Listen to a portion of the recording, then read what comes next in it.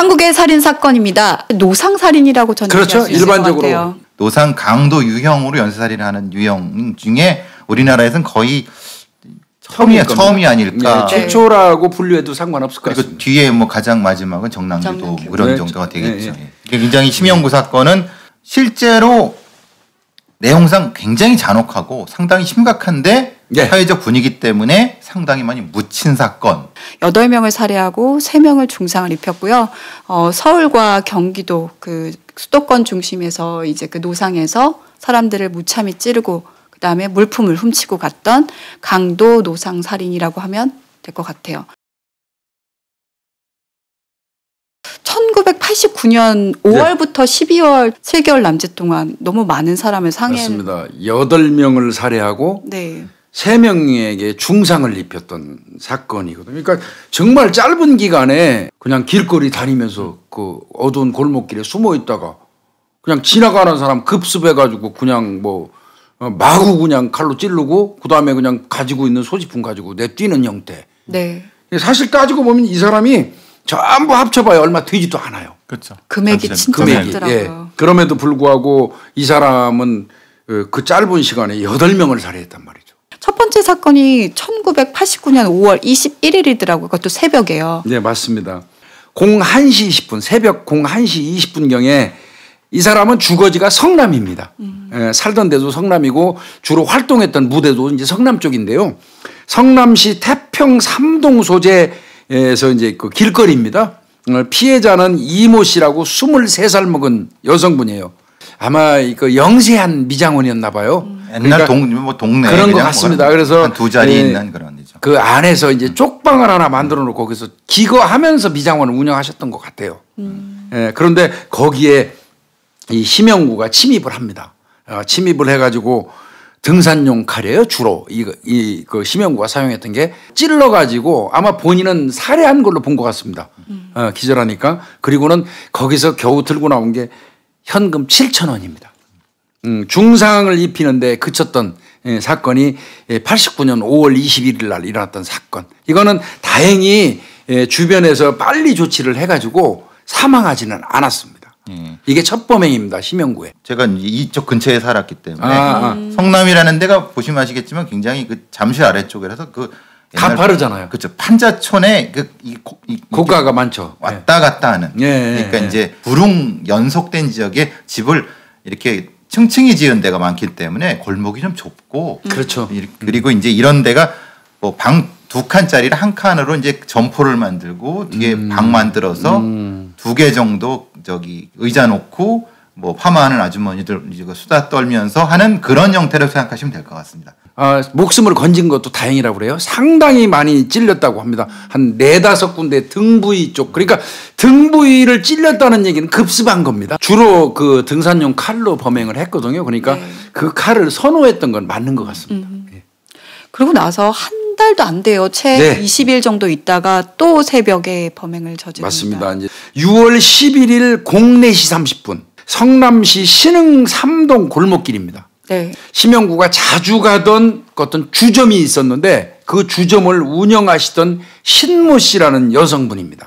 42살 되신 그 이 여성분이 그 골목길을 지나가고 있다 딱 마주친 것 같아요. 근데 둘 사이가 안 좋았다고 합니다. 술에 취하면 그 주사가 있었나 봐요. 그래서 좀 난동을 피우고 뭐 이런 짓을 해서 몇 번 그 업장에서 심영구를 내쫓았다고 그래요. 그래서 감정이 있었다는 거죠. 그런데 어두운 골목길에서 딱 그 심영구하고 맞닥뜨리니까 이 아주머니도 업소 운영하시는 분인데 감이 딱 왔겠죠. 그렇죠. 그러니까 돌아서서 뛰는 겁니다. 내다 뛰는데 쫓아갔어요. 그리고 잡혔어요. 흉부 뭐 그리고 전신난자입니다. 이 경우는. 그래서 결국 사망을 했고요. 이분은 그 다음날 그 근처에 있는 초등학교 이 건물 틈싸구니에서 사망한 채 발견이 됩니다. 그러니까 저기 죽인 다음에 거기로 갔다가 유기에 숨긴 상황. 거죠. 건물 틈에다가. 하필 범행 대상을 찾으면서 돌아다니고 있을 때 마주쳤던 거 같아요. 그런 것 같아요. 그리고 공격을 했는데 이 사람은 면식범이잖아요. 네. 죽이지 않으면 바로 검거될 수밖에 없지 않습니까? 그래서 제가 볼 때는 그 신 씨 이분 같은 경우는 운이 없는 케이스라고 그렇죠. 보여요. 이분은 제가 봐도 범인 입장에서 살려둘 것 같지 않습니다. 지금이면 노상살인은 사실 CCTV가 있어서 지금은 전부 CCTV가 네, 해결하죠. 블랙박스가 있고 이래서 되게 뭐 사실 잡힐 수 있잖아요. 근데 제가 그 프로파일러 있을 때만 해도 저희가 가장 곤혹스러워했던 사건이 노상살인이었었어요. 왜냐하면 그때만 해도 CCTV가 많지도 않고 또 새벽이나 밤이면 목격자도 없고 제가 진짜 그때 초반기에 들어가서 미제 사건 파일들을 봤거든요. 근데 제일 많았던 게 노상살이었어요. 맞습니다. 저도 형사 생활을 오래 했지만요. 노상에서 이른바 얘기하는 뻑치기, 뭐 아리랑치기 뭐 이런 사건이 발발하잖아요. 살인 사건도 노상에서 발발하면 거기 지나다니는 통행하는 사람들이 하도 많다 보니까 거기서 족적을 채취하는 건 거의 불가능하고요. 그리고 이제 노상이다 보니까 이슬을 맞아요. 그렇죠. 맞아요. 금방 이슬을 맞는다는 얘기는 뭐 속된 말로 DNA가 존재해도 유실될 가능성이 농후하고 지분 같은 건 꿈도 못 꾸는 경우가 많고 그래서 사실 노상 이 살인 사건은 해결이 참 어렵습니다. 이분은 아마 그 돈은 이제 몸에 지니고 있던 게 없었던 것 같아요. 예, 내용은 그 뺏긴 게 없는 걸로 나와 있습니다. 네. 예. 그리고 이거는 감정으로 죽인 것 같지 않습니까? 그렇죠. 네, 저도 그 생각했어요. 어떤 범행 대상을 선택하려고 준비하고 있는데 우연치 않게 감정이 있는 신 씨가 나타난 거예요. 그렇죠. 예, 그런 것 같습니다. 이거. 그리고 나서 5일 있다가 또 범행을 또, 저지릅니다. 맞습니다. 이게 딱 6월 11일이잖아요. 신 씨를 죽인 게. 근데 6월 16일이에요. 불과 5일 만에요. 그때도 02시 30분이에요. 이거는 이제 또 이제 이 성남하고 이게 헷갈리기 시작하는 건데 네. 서울 관악구 남현동입니다. 근데 여기는 저겁니다. 성남 여기도 인력시장이 있었고요. 네. 관악구 거기도 인력시장이 있었어요. 아, 그러니까 공통점이 네, 있었군요. 그건 있어, 거기. 그러니까 남현동 노상이거든요. 이것도 그렇죠. 예, 남현동 노상에서 일 마치고 귀가하던 피해자 김모 씨인데 이분도 이 주점 운영하시는 분이에요. 42살. 주점 운영하니까 늦지 않겠습니까? 늦죠. 네. 그러니까 2시 30분이란 말이죠. 일을 마치고 귀가하던 이분을 등하고 흉부를 등산용 칼 똑같습니다. 예, 찔러가지고 살해하고 그때는 현금 10만 원 강취해서 달아납니다. 아마 그쪽 매상 다 가지고 그게 매상입니다. 왜 이번 세 번째 살인까지 이런 식으로 났는데 왜 연쇄라고 생각을 못했을까라고 하는데 그때만 해도 사실 공조 수사가 되게 활발하게 이루어지던 게 아니잖아요. 그래서 그렇죠. 성남과 관악이었기 때문에 지방청도 달랐고 지방청도 경기청 서울청이고 본부도 달랐고. 그리고 1차 범행은 강도였고요. 그렇죠. 네. 2차 범행은 노상 살인이었고 3차가 이제 저 서울 쪽으로 옮긴 노상 살인이니까 공조가 아마 같이 안 됐을 거예요. 지금은 경찰이 어디 전국 어디서건 살인 사건이 발생하면 그 프로그램이 쫙 깔려갖고 동시에 뜨거든요. 네, 전국 맞아요. 형사들한테. 근데 그때만 해도 아마 펜대로 다 쓰고 보고하던 시절입니다. 그리고 나서 여름에 이제 다시 8월 4일 날 예, 2달 정도 있다가 8월 4일 날 역시 01시경입니다. 01시경에 다시 성남으로 돌아와요. 성남시 단대 1동 노상입니다. 43살 먹은 이거는 일반 가정주부입니다. 근데 이제 이분도 가게를 하고 있었나 봐요. 그렇죠. 귀가하는 거를 한 3km 정도 졸졸졸 따라가요. 심영구가. 그래서 이제 적정한 그 장소에 딱 이르니까 그게 이제 후미진 골목길이에요. 거기에서 어깨하고 등 쪽을 그러니까 뒤에서 급습한 것 같습니다. 이거는 뭐 한 5, 6회 찔러가지고 살해하고 도주를 했다. 3km 따라갔으면 집요하게 쫓아간 겁니다. 진짜요. 많이 집요하게 쫓아간 거 아니겠습니까? 본인이 그 인력시장 같은 데로 가봤던데 그런 부분들을 주로 돌아다니는 거예요. 그러니까 지리감은 있었다는 지리감이 거예요. 있었죠. 단대동 지리감은 태평 있었죠. 대부분 그런 이 거. 범인이 자기한테 익숙하지 않은 곳은 안 가는 성향이 있거든요. 맞아요. 왜 그러냐면 도주할 때를 늘 생각한단 말이죠. 그리고 한참 좀 텀이 여기가 제일 길어요. 예, 제일 깁니다. 11월 16일에 5번째 범행이요. 네. 그게 이제 8월 4일이잖아요. 직전이. 네. 그리고 한 11월 16일이니까 한 3개월 정도 되는 것 같습니다. 3개월이 넘네요. 그렇죠? 네. 11월 16일 날 역시 02시경이에요. 성남시 수진 1동 노상입니다. 이분은 참 철야 기도를 마치고 나오는 피해자 이 53살 먹은 강 씨를 한참 따라가요. 이것도. 따라가 가지고 등 부위입니다. 역시 이것도. 그러니까 뒤에서 급습한 거죠. 흉기로 찔러 가지고 살해하고 나중에 확인해 보니까 사실은 그게 이 범인이 돈가방이라고 생각했던 게 성경책을 앞에 이렇게 들고 있었나 봐요. 근데 심영구 입장에서는 어둡다 보니까 그걸 돈가방으로 하는 것 같습니다. 앞에처럼 이제 가게 닫고 나오는 그러니까 그게 돈 있는 업주인 줄 사람으로 인식을 하고 어쨌든 네 분은 다 여성분이었는데 그렇죠. 네. 이 이제 50대 남성으로 예. 무엇인가 이제 좀 뭔가를 좀 변화시킨 건지 아니면 그런 부분이 있는 것 같아 갖고 3개월의 텀이라는 것도 뭔가 의미가 있었을 것 같고요. 그러니까 여성에서 남성으로 최초 바뀌는 거죠. 그렇죠, 바뀌는 네. 다섯 번째 범행이. 네. 바뀌는 거고. 그리고 나서 새벽 4시에 또 맞습니다. 네. 그날 당일 날이요. 네. 예, 화났을 겁니다. 희명구가. 자기 딴에는 진짜 이 남자를 대상으로 그렇죠. 해서 범행한 거는 나름대로 모험이었을 겁니다. 맞아요. 그런데 어렵게 범행하고 낚아채 가지고 와서 확인해 보니까 검정색 그 비닐 카바로 쓰여져 있던 성경책이었던 거예요. 이제 화가 났을 것 같습니다. 그러니까 한 2시간 지난 04시경에 다시 시도합니다. 화가 잔뜩 나가지고 가서 신흥 일당에 있는 그 일동에 있는 그 노상 주차장에서 목 씻고 여성분 차입니다. 45살 먹은 그분의 느망 승용차를 유리를 박살내 가지고 깨고 훔치는 이제 절도행위가 하나 나옵니다. 창 문을 유리를 깼잖아요. 벽돌로 깼어요. 소리가 날 걸 뻔히 알고 있는데도 불구하고 발각될 수 있다고 생각했는데도 그걸 했다라는 건 저도 하나의 분노의 표현, 분노. 라고 생각이 그러니까 들어요. 범행 그 직전 범행 실패에 대한 실패했는데 분노인데 하필 그때는 차에 뭐 경보기 그런 게 없었어요. 있던 시기가 없었고 없었어. 사실 수사관들 입장에서도 조금 혼란스러웠을 것 같아요. 왜냐하면 노상연쇄 살인은 사실 그 전까지는 뭐 이렇게 드러난 것들이 별로 없었잖아요. 그렇죠. 근데 이제 조금씩 그래도 성남에서 이런 사건들이 있다라는 것들은 파악을 하고 있었던 상황이었던 것 같아요. 성남 쪽에서는 좀 아주 그냥 날카로웠을 것 같아요. 요 때까지 신경 쓰이죠. 이미 노상에서 몇 사람이 살해가 됐는데 그런데 그럼에도 불구하고 아마 차 유리 깬 거는 또 그 그렇죠. 범행의 범인이라고 생각 안 하고 강력 형사하고 일반 형사가 있었잖아요. 그 전에는. 네. 그러니까 강력 형사하고 아마 이 차 깬 거는 일반 형사들이 그렇죠. 맡았을 거예요. 당직팀이라고 그러죠. 지금 같으면. 그렇죠. 당직팀. 예, 당직팀에서 맡아가지고 했을 거예요. 그러니까 이게 같은 범인이라는 생각은 검거한 이후에 지금 우리가 얘기할 수 그렇죠. 있는 것이죠. 맞아요. 그리고 나서 얼마 안 있어요. 예, 10일입니다. 10일. 네. 11월 26일입니다. 네. 7번째 범행을 하는 겁니다. 구리시 토평동 노상으로 갑니다. 이분은 노점상이에요. 57살 먹은 노점상인데 이분을 뒤따라가서 흉기로 살해합니다. 이분도 남자시더라고요. 예, 그렇죠. 이분 남자입니다. 이때부터는 이제 좀 범행에 자신감이 붙은 것 같아요. 그렇죠. 그리고 그분이 가지고 있던 손가방을 가지고 사라지는 거예요. 그리고 이제 8번째 사건이 나오는데 아까 조금 전에 11월 20일이었잖아요. 네. 이거는 11월 27일이에요. 줄어듭니다. 네. 일주일 간격이에요. 그때는 밤 9시입니다. 서울 종로구 창신 1동으로 갑니다. 명재빌딩 주차장이라고 하는데 본인이 차를 주차시켜 놓은 것처럼 하면서 서 있다가 29살 먹은 그 안경점을 운영하시는 남자분이 하나 오는데 그 사람한테 주차 시비를 해요. 본인은 차도 안 가져갔으면서 뭐 차를 이따구로 세웠느니 뭐니 하면서 소지하고 있던 그때는 생선회칼입니다. 그렇죠. 예, 바뀝니다. 생선회칼로 13군데를 찌릅니다. 13군데를. 그래서 살해하고 그 피해자의 소나타를 탈취해가지고 도주하는 사건이 발생합니다. 진짜 점점 대범해지는 것 같아요. 나이가 좀 그렇습니다. 있으신 남자분이라고 하더라도 그랬는데 지금 20대 29배요. 네, 남자잖아요. 그리고 예. 시비를 걸고 거기서 칼도 그다음에 회칼로 바뀌잖아요. 바뀌었습니다. 근데 패턴은 있네요.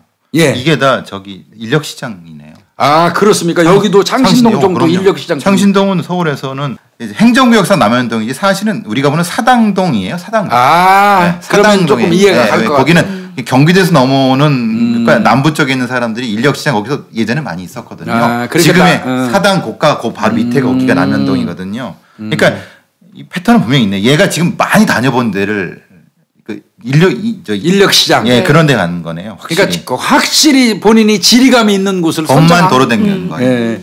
그게 8번째 살인 사건입니다. 네. 근데 지금 바뀐 거는 어쨌든 회칼로 바뀐 건 맞는 예, 거예요. 회칼로 바뀝니다. 아마 회칼이라는 무기로 변경이 되면서 29살의 건장한 남자를 공격할 수 있는 자신감도 네. 가진 것 같아요. 네. 그래서 사실은 이 범인들이 그 본인이 평소에 사용하던 흉기가 바뀔 때 변화가 있기는 하지 않습니까? 급격한 네, 진화가 급격한, 있어요. 예. 네. 여기도 명확한 거는 목격자가 없었어요. 없습니다.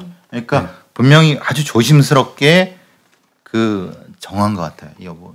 아무리 그래도 9시에 주차장인데 명재 빌딩 주차장이거든요. 그러니까 빌딩 안에 있는 주차장이란 말이죠. 그러니까 여기는 가봤고 그 시간대에 사람이 별로 없다는 걸 사전에 인지한 것 같아요. 금품의 목적이었다라고 이 사람은 얘기를 하는데 점점 제가 어떻게 봤을 때는 금품의 목적보다는 살인의 목적으로 어느 순간부터인가 자기가 점점점 무의식 쪽으로 넘어갔던 것 같아요. 만약에 이제 맞는 것 같은데 지금 분석관 얘기가 맞는 게 뭐냐면 금품에 진화되면은 방법이 정교해져 갖고 많이 안 찔러요. 힘드니까. 근데 그냥 오로지 금품 목적이라면. 그렇죠. 근데 계속 연속해서 오버킬이 나는 걸 보면은 그 찌르는 데에 뭔가가 있었을 수도 있어요. 그런 쾌감. 그러면 어떻게 보면 이제 살인 중독 현상을 일으키는 중독이 될 수도 있죠. 공격하면서 스스로 막 미친 듯이 한 번 공격하면 막 미친 듯이 하는 오버킬 하는 사람들 있잖아요. 그렇죠. 네, 그게 아마 자기는 금품을 절취한다고 생각했는데 무의식 중에 이미 살인에 대한 그런 중독 현상, 쾌락이 생긴 것 같아요. 그리고 이제 이 9번째 사건 아까 말씀하신 그게 12월 23일입니다. 밤 8시 35분입니다. 광장시장 앞 노상. 그러니까 아까 배 교수님 말씀하신 게 맞네요. 예,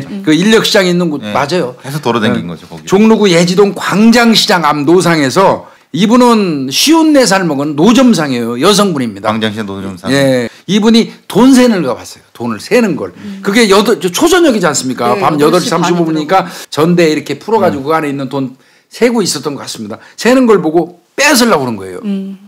그런데 반항했겠죠, 당연히. 반항하니까 그때 다시 등산용 칼로 흉기는 또 바뀐 것 같습니다. 네. 등산용 칼로 흉부, 이게 배 부위, 가슴 부위를 16번 찔렀어요. 그래가지고 살해하고 그때 현금 17만 원, 그다음에 버스 승차권 240장을 갈취했다는 거 봐서는. 근데 그게 사실은 저기 황금성이 크거든요. 그거는 뭐 현금이나 마찬가지입니다. 근데 여기 보니까 버스 승차권 240장이라고 하는 거 봐서는 종이로 된 것 같습니다. 종이로. 그러니까 제가 판단할 때는 버스 승차권을 파시는 분들 있잖아요. 그렇죠. 그 주차장 인근에서 뭐 복권도 요즘에 팔고 담배도 팔고 그런 노점상 분이었던 것 같습니다. 근데 현금 17만 원이면은 지금으로 한 5, 60만 원 되는. 그렇죠. 그러니까 당일 매상 전체죠. 당일 매상 전체. 심야에 뒤에서 뭐 이렇게 그래요. 해다가 이제 9시로 갔다가 다시 8시로 가면서 대범해지고 이제 주변 상황을 인식하지 않기 시작하면서 찌르고 도망가는 방식으로 계속 진화가 되는 느낌이죠. 이런 부분에서. 그리고 전 마지막 사건 크리스마스. 예, 맞습니다. 이게 10번째, 이게 이제 마지막 사건이기도 합니다.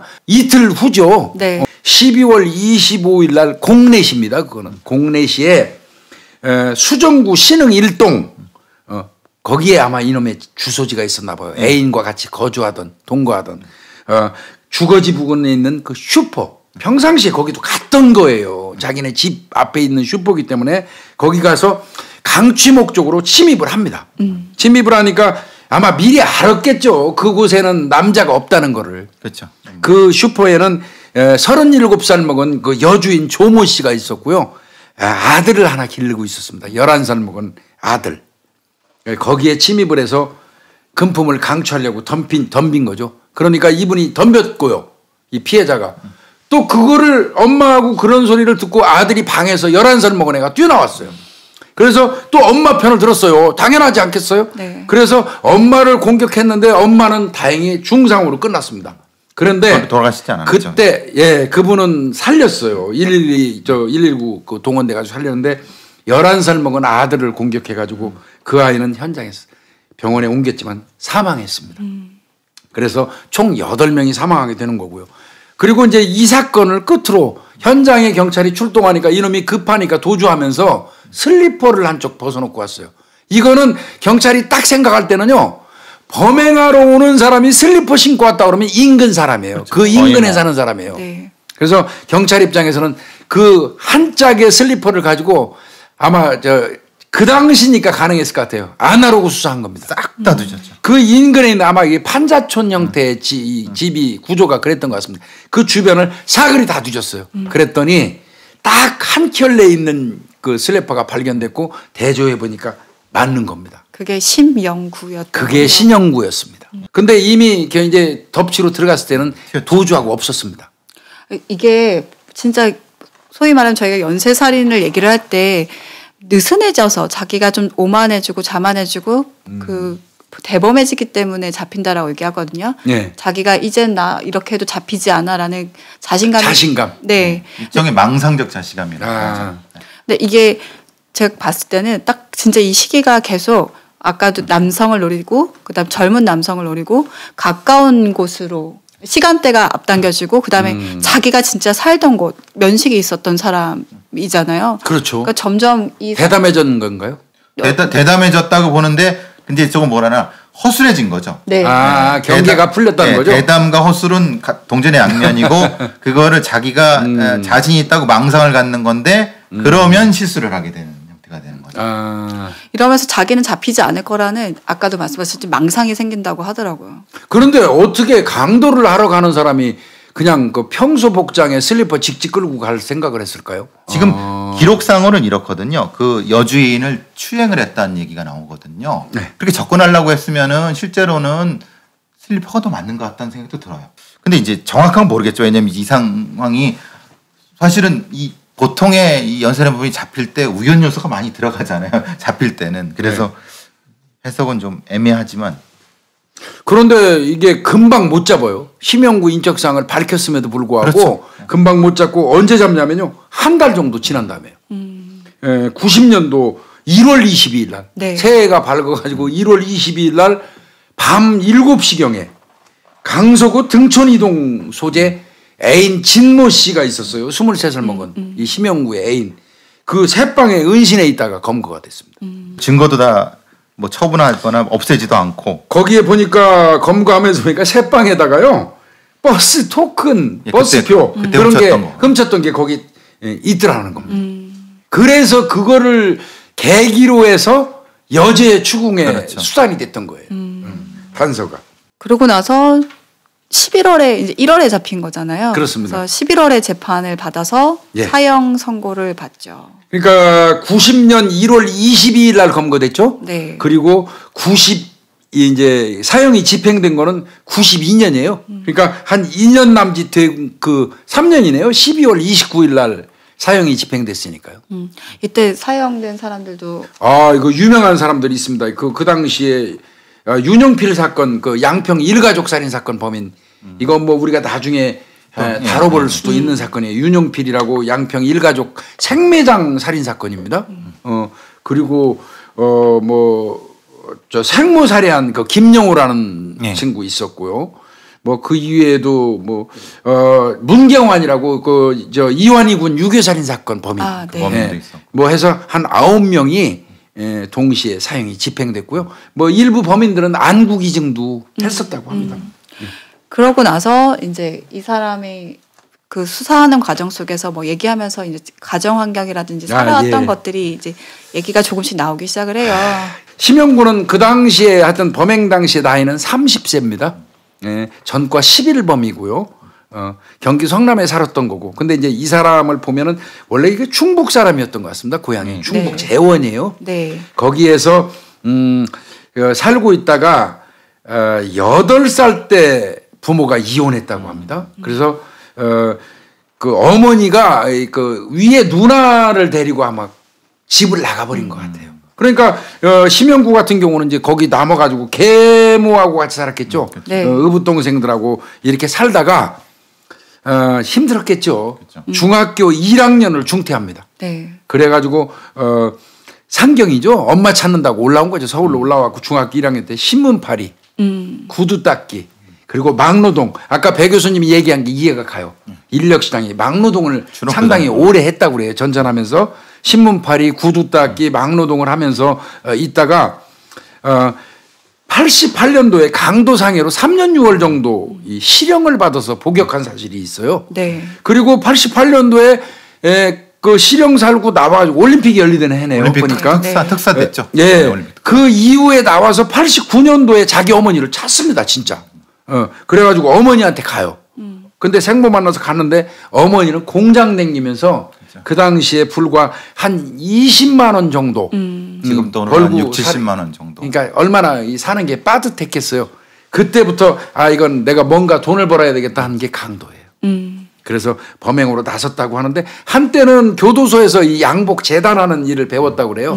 그래서 양복점 아주 조그만 양복점도 운영을 한 2년 정도 했다고 그러네요. 2년 정도 했는데 운영난으로 폐업을 했다고 합니다. 이 돌아다니는 걸 보니까 뭐 어디를 돌아다니는지 알겠네요. 뭐 그러니까요. 예. 뭐 인력 시장도 그렇고. 근데 이제 결정적으로는 이 어머니하고의 이 만남을 통해서 자기가 이제 삶을 좀 바꿔보려고 했는데 사실은 그것도 사실은 환상이죠. 왜냐하면 어머니도 그만큼 힘드셨을 텐데. 그렇죠. 그런 부분에서 본인이 많이 좀 글쎄 그때 좀 어떻게 보여야 될까 좀 그때 확 뭔가 좀 뭔가를 넘어섰다는 느낌이 들어요. 그러니까 이때는 정상적인 방법으로는 안 되겠구나라는 생각을 했던 것 같다는 생각이 드는 게 이게 89년도가 기점으로 된 것 같다는 생각이 들거든요. 엄마를 왜 이렇게 적극적으로 찾았을까라는 생각을 했거든요. 예. 근데 그랬을 때 엄마를 만나게 되면 자기 인생이 변하게 되고 자기가 뭔가 부족한 부분이 채워질 거라는 생각을 했던 것 같아요. 근데 지금 중학교 1학년 동안 무작정 상경한 게 엄마 찾으러. 애초에 그 집을 나온 게 엄마 찾으러 그렇죠. 나왔거든요. 근데 그게 막상 현실로 어머니를 만났는데 자기에 채워지지 않는 거죠. 그렇죠. 그러니까 현실과 내가 그래도 갖고 있었던 꿈과 현실이 너무나 차이가 많이 나다 보니까 이제 내 삶에는 의미가 없어. 나는 어떻게든 살아야 되겠고 돈이 많아져야 되겠어. 그때부터 소위 말하면 정말 뒤틀리기 시작을 한 것 같아요. 거기서 한번 포기한 것 같다는 생각이 들어요. 삶을 포기하지 않았을까 생각이 들어요. 그러니까 막연한 거죠. 막연하게 가서 내가 어머니 하면 행복해질 거라고 생각을 했는데 가보니까 어머니는 나보다 더 불행하게 사시는 형태가 되니까 이제 무엇인가 잡고 있던 끈을 탁 놔버린 것이 아닌가 싶기도 해요. 이 사람도 얘기를 하거든요. 술만 먹으면 자기가 이상하게 변했다라고 얘기하는데 본인이 그 얘기 했습니다. 네. 그렇죠. 근데 어떻게 보면 일상에서는 자기가 억누를 수 있는 부분, 그러니까 어떻게 보면 억누른 거죠. 그냥 사람을 대했을 때 자기 나름대로는 그렇죠. 나름대로 억누르다가 술을 통해서 그것이 분노라든지 이것이 표출이 됐는데 이것이 나중에 저는 살인으로 이것이 모든 것이 표현이 됐다고 표출이 됐다고 생각을 해요. 이 마구 찌게 되는 이유가 사실은 이게 강도 살인이 전문화되면 그렇게 많이 안 찌르거든요. 그 얘기는 했어요. 본인이 내가 평소에 술을 많이 마신다. 그리고 술을 내가 많이 마시게 되면 나도 모르게 포악해지더라. 본인 스스로도 그 얘기를 했고요. 본인이 범행 대상을 선택해서 칼을 한번 휘두르게 되면 한 번 찌르고 나면 나도 모르게 수십 군데를 마구 찌르게 된다고 이런 말을 했어요. 본인이. 쾌락이 이제 점점 내 안에서 그러면서 내가 누군가를 죽일 수 있고 내가 누군가를 생명을 자주할 수 있다는 느낌을 가져요. 신이 되는 거죠. 89년도가 군사정권 막바지였고요. 민심 위반을 걱정한 거예요. 그 당시에 민심 위반을 걱정해서 의도적으로 축소를 해가지고 신문지상에 한 2줄, 3줄밖에 안 나왔었어요. 이렇게 큰 사건이. 그러니까 국민들이 전혀 모르는 거고 사실 이건 그 정권의 책임을 져야 되는 게 만약에 첫 번째 사건 때 이건 새벽에 일어났으니까 새벽에 조심하시라고 했으면은 두 번째, 세 번째 그렇죠. 목숨을 살릴 수도 있었을 건데 같은 지역에서 그랬거든요. 네. 이거는 참 너무 안타까운 부분이 존재하는 거죠. 화성 사건이 86년 9월부터 91년 4월 사이에 일어났잖아요. 그러니까 그 시기에 겹쳐요. 그렇지 않아도 화성 사건 때문에 궁지에 빠졌단 말이죠. 시끄럽고 이런 와중에 심영구 사건이 아니까 이건 뭉개버린 거예요. 그렇죠.